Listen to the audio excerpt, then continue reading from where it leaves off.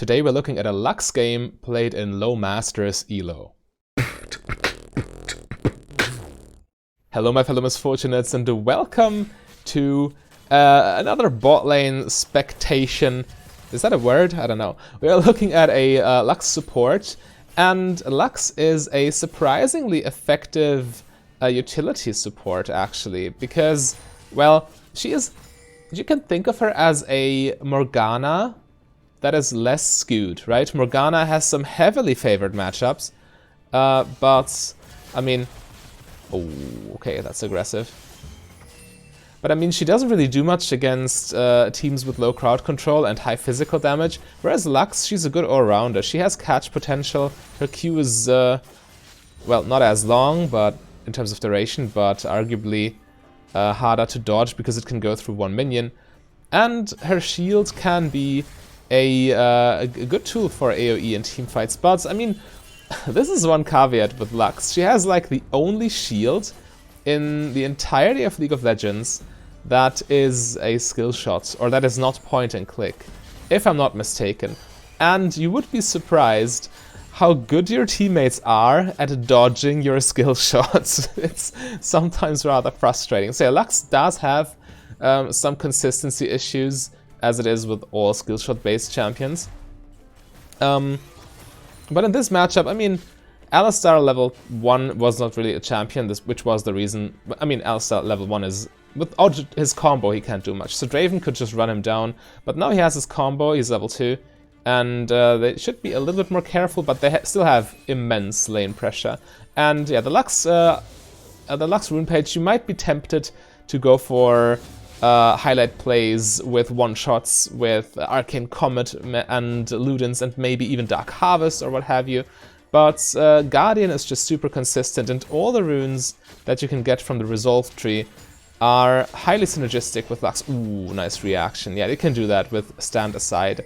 Also works. It's the same interaction with Vayne's E, Vayne's Condemn. If Alistar runs, or not runs at you, if Alistar charges at you with his headbutt, you can just intercept his engage, which is important. If you fail to do that, you get chain CC'd, or not, well, technically yes, chain CC'd, and take a lot of damage. So good on Draven. And, well, obviously Draven is way stronger than Kai'Sa early game. However, you must not forget that Kai'Sa is currently one of the strongest AD carries in the entire meta, but this looks fine, doesn't it? Lux is a little bit out of mana. That's something you need to be wary about in the early game. Also later, you just spam spells so hard with all that cooldown reduction. But yeah, you get naturally a lot of mana regeneration from your items, because Lux can, well, she's really a Swiss Army knife kind of support. You can, well, the core is always the same. Obviously, you go for your support item for Lucidity Boots and for Imperial Mandate, which is giga broken despite all the nerfs, in my opinion. Some people opt for Moonstone Renewer, which is certainly an option. Oh, okay, they managed to cancel that. That was huge. Backing on a ward always feels so bad. It's incredible. Oh no. Yeah, as with Morgana, when you miss that skill shot. Ooh, okay, nice. She saw that coming. When you miss your skill shot, you're stunned. Enemies know that, especially in high elo. They know you don't have it available and they just run you down and you can't do anything. You need to keep your distance. What is it with that pinging? The danger pings all over the place. But, yeah, Lux with itemization. I mean, Imperial Mandate is like the most consistent one.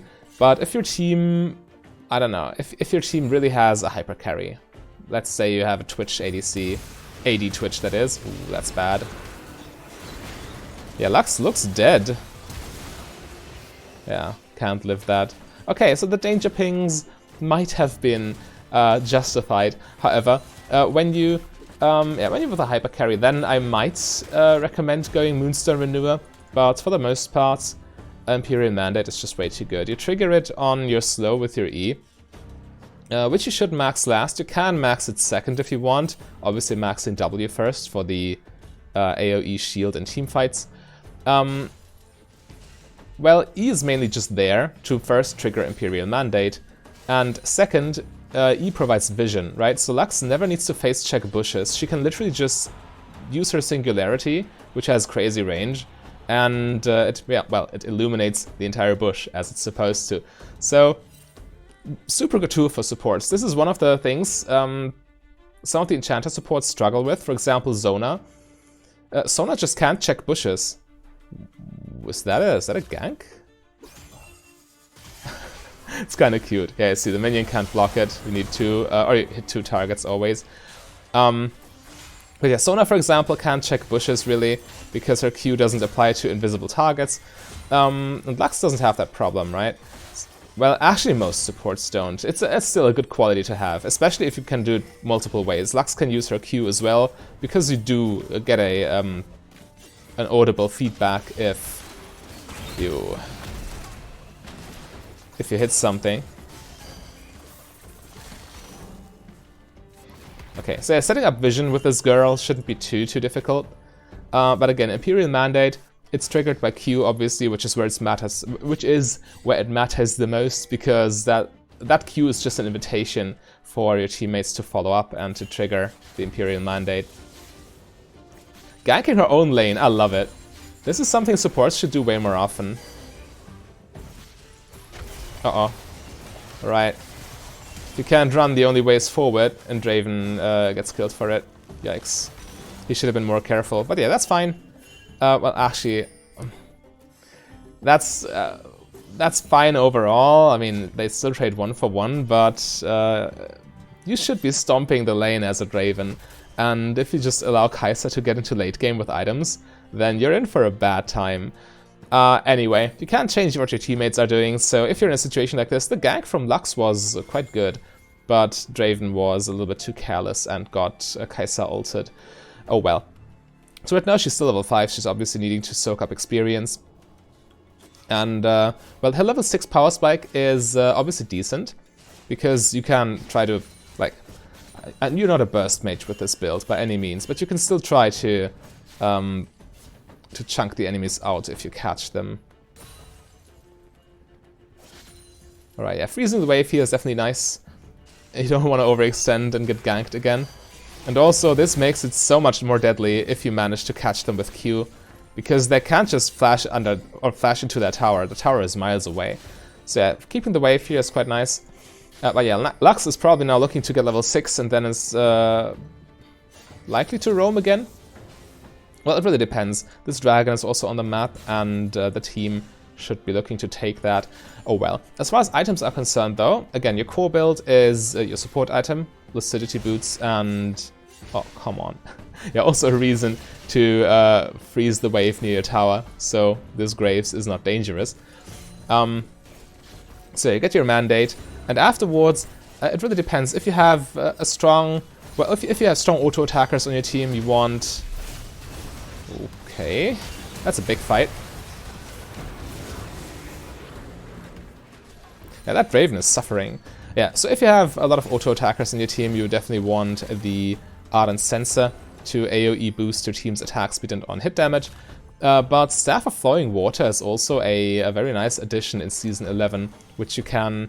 well, it's a good item overall, but especially nice when your teammates profit off of the extra ability power. And, I mean, afterwards you have your standard support package with Redemption, Mikhail's, and, well, sometimes enemies will focus you because you are squishy. You have a lot of range, but if they have, like, crazy target access... oh, nasty. If they have crazy target access like Zed or, I don't know, Hecarim, then if you get focused a lot, you might opt into Zhonya's Hourglass. It got cheaper as well, which means it's more suitable for supports. Support is a role with rather limited income. Keep that in mind. So Lux really has all the tools she needs to adapt to her matchups. And yeah, finally the team paying attention to that dragon. There's no control word in this bush, which sucks a little bit. It's always nice to know, well, if you have a control word, you should always place it as close to the dragon as possible, so it also covers the far end of the dragon pit.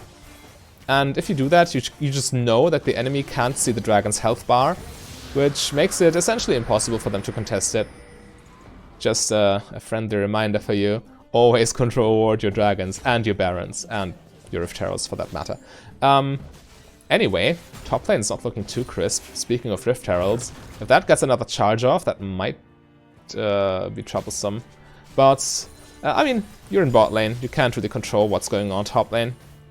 But if multiple towers fall in both other lanes, this bot lane tower gets so easily, it gets so easily diveable that you'd probably need to let it fall as well. Just so, I mean, you can't completely ignore what goes on in other lanes, but at this point it's still fine. Mid tower is probably the most important objective. Well, not probably, it's definitely the most important objective on the map. And as long as that's standing, it's very difficult for the enemy to just invade through your jungle here and sneak behind your bot tower. So you should be safe for now. Ah, there we have it. Lux rushing the Imperial Mandate. You can go boots before that. It really depends on the matchup. I mean, there are some matchups in which you definitely want more movement speed.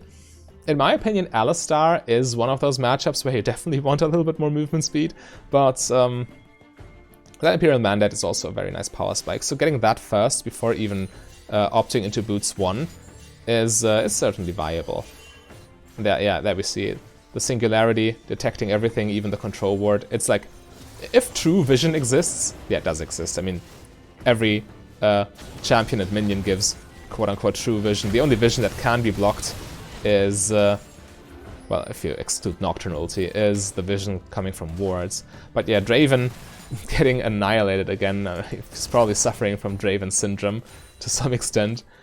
There are some champions that stereotypically don't really have an off switch, and Draven is definitely one of them. But yeah, right there Lux can do nothing. It's 3-on-1. The tower can't protect her. If Alistar just goes on her, she dies before Alistar's ulti or even his aftershock wears off.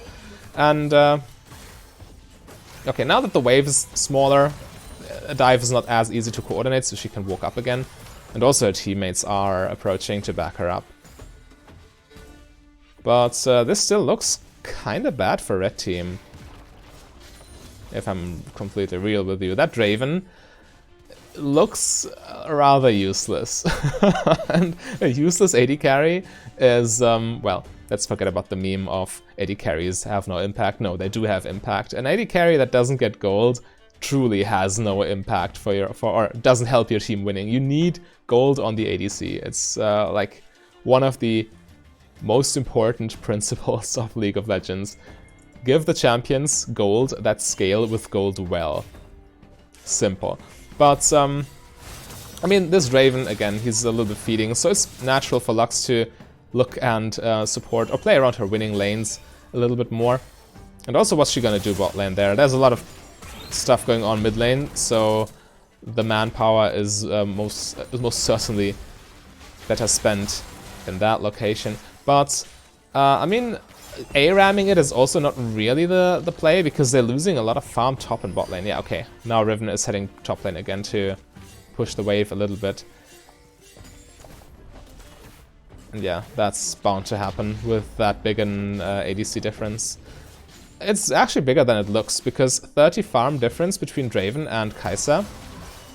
That's 2 kills worth of gold. Ooh, nice snipe. Good job. But yeah, that mid tower should fall, which again is a huge deal. Mid tower being the most important objective on the entire map. As soon as mid tower falls, you get 2 additional pathways essentially to invade the enemy jungle, and you can push the minion wave deeper into enemy territory. And don't forget, minions are tiny walking wards. So if you get them on the enemy side of the map all the time, you get so much information. But yeah, bot tower fell as well, so this is also another invade path that might be used by the blue team. And yeah, Lux is going to soak up some experience here. I'm not the biggest fan of this. I think it would be nicer to, well, to just push the vision line to secure a little bit of knowledge around here.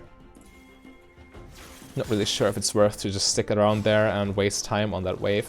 But, I mean, nobody's perfect, and maybe I'm just mistaken. Maybe that's the... Well, I'm actually pretty sure it's not the correct play for Lux here. She's level 8 already, or even on level 7, that would be fine, really. Alright, but she can get her Lucidity boots now, which makes pushing the vision line way easier, because the more movement speed you have, effectively the smaller the map is. But,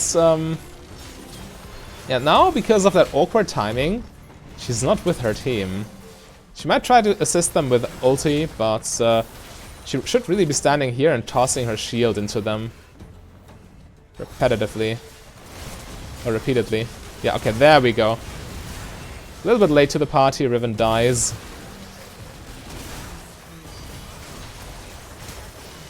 The potential is there now. Okay, Draven getting finally some kills. It's about time.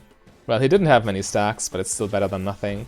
And yeah, this is obviously quite good for red team, because kills are not really worth anything unless you can take an objective right afterwards. And in this case, dragon spawned, here we see the control ward as close to the dragon as possible. If you just place it in the center, it gets pushed a little bit by the dragon, but it still covers the entire area. If you purposefully put it to the wall, it doesn't cover the far end wall. So just put it as close to the dragon as possible and you're fine. So yeah, that's the second Drake for red team, which should be good news considering the late game. I mean, right now it's still a little bit iffy if that Kai'Sa snowballs, but Drakes, especially Infernal and, well, with their team not so much Mountain, but especially Infernal scales very well for that team. Riven is... Ooh, is that Lux Shield actually enough to... Crazy. That was so... That was 1 on... Well, not 1 on 4. She got the Lux Shield, which certainly mattered. But still, there were 4 people collapsing on her, yet she still lived. It's a little bit ridiculous. In that matchup, that Graves should probably buy Serpent's Fang. Like, for sure. Serpent's Fang is such an underappreciated item, and it does so much in the right matchup. And this matchup, I mean, look at this. We have Lux with her maxed W, and with Guardian.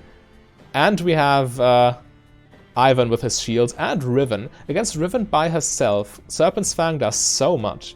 But, I mean, obviously you need to finish your important core items first and foremost, or else you are not really using your champion to their fullest potential. But yeah, you need to adapt to the matchup, and Serpent's Fang here is definitely a viable third item for Graves. And he just got caught and died. Oh no. Come on, Lux, why are you never with your team? That's the worst timing ever. Yeah. At least the shutdown is on Alistar, so it's not as bad. Red team numbers disadvantage now, so if they fight, it's not the best fight ever. And yeah, they're not looking for it. They're not even challenging that control ward, it's too risky. You don't want to fight with numbers disadvantage. You need to be very, very far ahead to win when the enemy got more people there. And even then, it's an unnecessary risk, because manpower does a lot in League of Legends, and especially when you're far ahead, you have shutdown goals on your team, so you don't want to risk it. Never fight with numbers disadvantage is what I'm trying to say, essentially. Yeah, scouting for vision. That Q was a little bit overzealous, maybe. But to be fair, it's... Okay. To be fair, it's quite difficult to hit a champion like Kai'Sa that can just run away with their movement speed steroid. But yeah, that Alistar's down. That was clean, though. I was so sure Red Team needed to disengage there, but the random skill shots just all landing. And yeah, again, what happened? Red Team won the fight. 2 men up. Well, I'm just using... I hope nobody's offended for me not being inclusive here about manpower. Is there a word such as woman power or whatever? I don't know. But yeah, numbers advantage, and you try to convert that into an objective. So that's awkward. They should just all go on Baron instead of some doing Baron, some fighting. That's never clean. You need to commit as a team. Obviously, that's sometimes difficult, or not. That's consistently difficult to navigate in solo queue because your teammates just might not be on the same page, or just might not want to make the correct play. That's also sometimes a point. But yeah, typically you want to be as coordinated as possible. Oh well. Anyway, red team still gets away with this. They still get the Baron, and the fight in mid lane was not really too catastrophic. That's chain CC, but I mean, you have no damage. You're literally 2 supports eyeing them down. Alright, they're out of there. That's nice for them, I guess. And what does she opt into here? Okay, so this is Forbidden Idol plus Kindle Gem. Is this redemption component nowadays? I don't know. I don't build redemption too often. Ooh. Diana hard punishing that dive. Well, going 1 for 1 really, but you know, still negating that pick essentially by trading. And I mean, at this point, or in general in this game, Kai'Sa is certainly worth more than Draven. Here you see it again, using that singularity to scout for vision. Never face checking bushes because it's not necessary as Lux support. You can just go. Go into E range and throw it in there. That's what it's there for.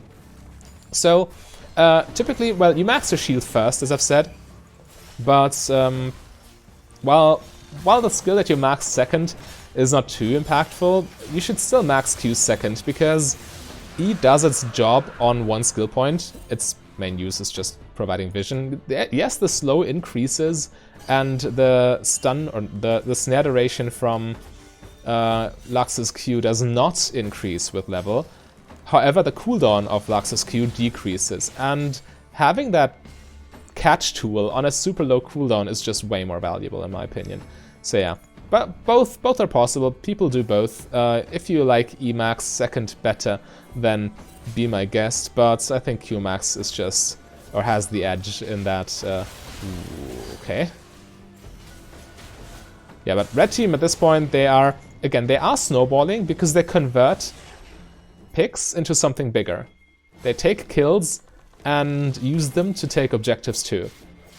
Which is why they could now establish control in the enemy jungle without the enemy being able to contest it. But yeah, with that Baron buff, you obviously want to be in lane.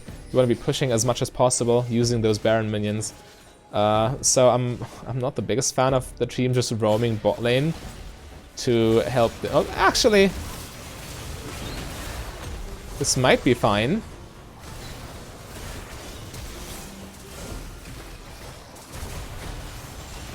Yeah, focus down that Kai'Sa. Ooh, she got her. Nice. Clutch shield too. Perfect. Yeah, I mean that's just clean. Now the lead starts, or now red team just starts snowballing out of control. You see, just accumulating small wins into something bigger, and at a certain point the enemy just can't fight back anymore. I mean, you saw that. Riven took way too long to die. Oh, he actually did buy the Serpent's Fang, but he got it too late. I mean, arguably he could have bought it before the Collector. But yeah, even in that one little fight, already 400 damage. That's more than half of what his mythic item did. But yeah, I guess red team can't just keep going at this point. The correct play is to obviously just reset, upgrade your items, and then push another lane. But they're looking for blood now. They want to end it.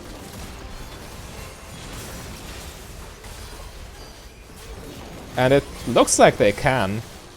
By the way, okay, yeah. By the way, this channel is becoming... I will do my best to make that a reality, is becoming the biggest library for educational League of Legends content on YouTube. And if you want to see what that exactly means, then, well, click on the link on the playlist on your screen right there. A big thank you to all my Patreons and channel members. If you want to become a Patreon yourself, just go to patreon.com/mfdb. But if you rather save your money, you can support me for free by clicking the like and the subscribe button.